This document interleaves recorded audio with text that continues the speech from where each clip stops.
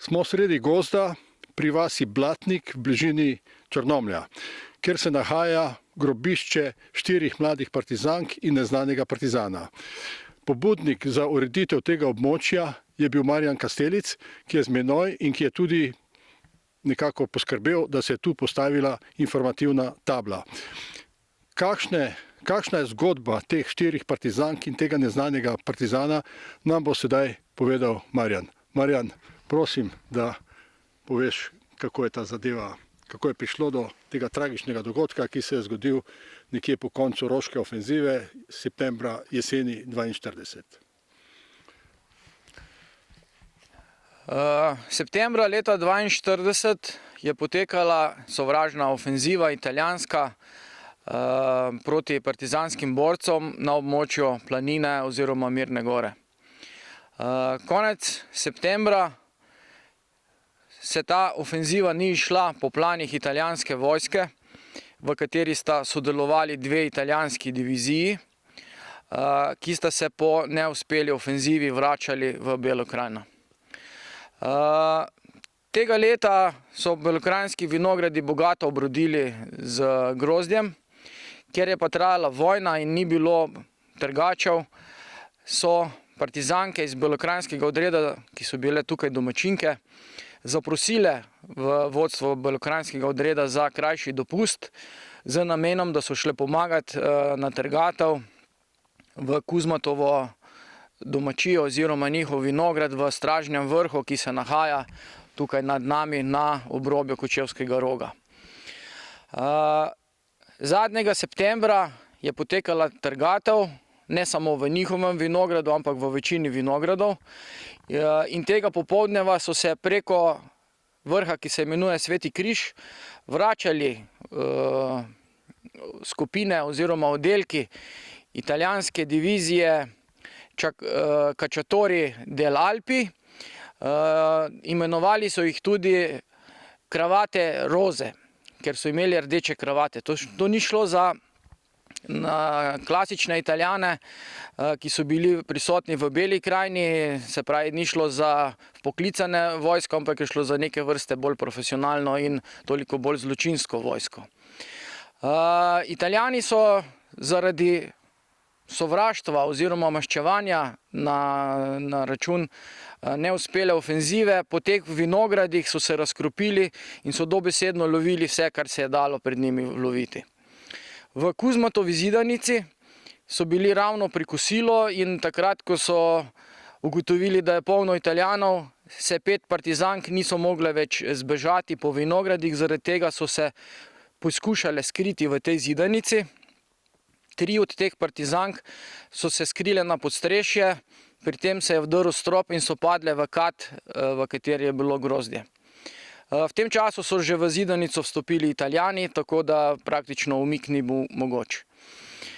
Kjer so bile te punce na kratko postrižene, 4 so bile oblečene tudi v hlače, so Italijani takoj posumili, da bi šlo lahko za partizanke. Kljub temu, da niso imele nobenih partizanskih označb, niso imele orožja, samo hčer od lastnice vinograda, Tončka Kuzma, se je uspela v tem času preobleči v krilo.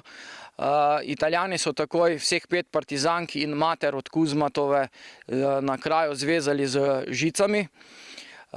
Kuzmatova mati je pričevala italijanske vojake, da njena hčerka ni partizanka, da je na delu v Nemčiji, da se je vrnila iz dela na počitnice. V glavnem uspela prepričati Italijane, da nje niso kasneje ubili. V teh vinogradih so polovili še 7 mlajših moških, kateri so delali v vinogradih. Tudi to niso bili partizani, bili so pa pristaši odporniškega gibanja. Vse skupaj so zvezali na kraju in skozi vas Ješelnik,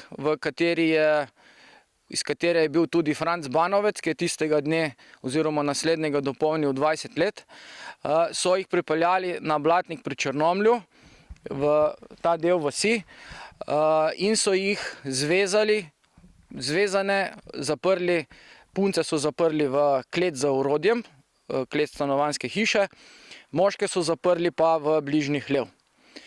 Cel popoldan in celo noč je sledilo mučenje, poseljevanja, v glavnem v vasi Blatnik se je hitro razvedlo, da imajo Italijani v Zoričevi hiši zaprte partizanke, zaradi česar je Škofljančeva mati, katera je imela tudi hčerko pri partizanih, na skrivaj se približala temu objektu in poslušala, ali je med temi klici, med temi vriski, ali bo prepoznala glasove svoje hčerke.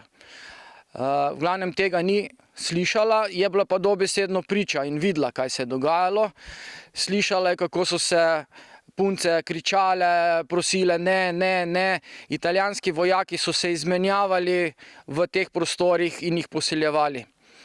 Najstarejša od partizank Marija Luzar, 20-letna Novomeščanka, katera je pred vojno delala v notarski pisarni v Črnomlju, je v višku tega zločinskega obnašanja udarila italijanskega oficirja, zaradi česar so jo še isti dan ustrelili na tem mestu.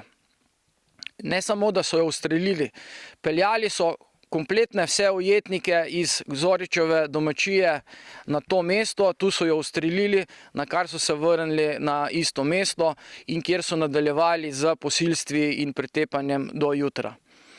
Naslednjo jutro so odpeljali kompletne ujetnike na to mesto sem in jih tukaj še ostale 3 punce ustrelili. Šlo je za 18-letno Zinko Majzelj iz Metlike. Tudi ona je prišla v partizane iz strahu pred sovražniki, kajti njenega očeta so zaprli Italijani v taborišče na Rab, ker se je bala italijanskih maščevanj, je tudi ona šla v partizane. Poleg nje sta bili še sestri Fabijan, Katica in Frančka Fabijan, 15 in 16 let stari punci iz Starega trga ob Kolpi. Tudi njunega očeta so Italijani zaprli na Rab, posledično sta pred strahom pred Italijani pobegnili v partizane.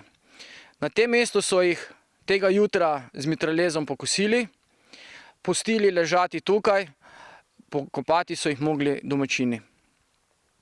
Prejšnji dan v tej hajki so Italijani iz Dobličkega zvonika z mitraljezom pokosili še enega neznanega partizana na travniku tu spodaj v bližini reke Dobličice. Tega partizana niso takrat mogli identificirati in tudi kasneje ni bil identificiran. Domačini so vsa trupla tukaj pokopali, Italijani so pa ostalih 7 moških zvezanih pred seboj gnali skozi vas Jerneja vas, Dragatuš, Hrast pri Vinici do Sječjega sela pri Vinici. Tam so jih zvezali okrog drevesa in se utaborili tisto noč. Izrekli so jim tudi smrtno obsodbo, se pravi, da so jih imeli v planu postreliti. Zakaj jih niso tukaj postrelili, predvidevamo iz pričevanja preživelega Franca Banovca, kateri je povedal, da so mogli celo pot pred seboj nositi vedra z vodo in so jih v bistvu Italijani imeli za živi zid v primeru, če bi jih napadli partizani. To noč, ko so bili Italijani tam utaborjeni in te ljudje zvezani, so Italijane napadli hrvaški partizani, posledično so Italijani se razbežali, partizani so pa rešili te zvezane ljudi. Nekaj let po vojni so trupla tukaj ubitih ljudi prekopali in sicer Marija Luzar in Zinka Majzelj ter neznani borec so bili prekopani v skupno partizansko grobnico na pokopališču na Vojni vasi pri Črnomlju, sestri Fabijan pa sta bili prekopani v družinsko grobnico v Starem trgu ob Kolpi, odkoder izvirata. Ob 80. obletnici zločina na Blatniku smo v okviru Združenja borcev Črnomelj na tem mestu priredili spominsko svečanost, na kateri so bili med drugim prisotni tudi nekateri svojci od tukaj ubitih žrtev, katerim se zahvaljujem za pomoč pri izdelavi oziroma pridobivanja virov na spominski tabli. Pri virih smo uporabili tudi zapise preživelega tukaj na tem zločinu Franca Banovca. Uporabili smo pisne vire Radka Poliča, kateri je o tem zločinu pisal v knjigi Belokranjski odred. Iz spominske table so razvidne fotografije tukaj ubitih žrtev, opisan je dogodek, kateri se je zgodil na tem mestu.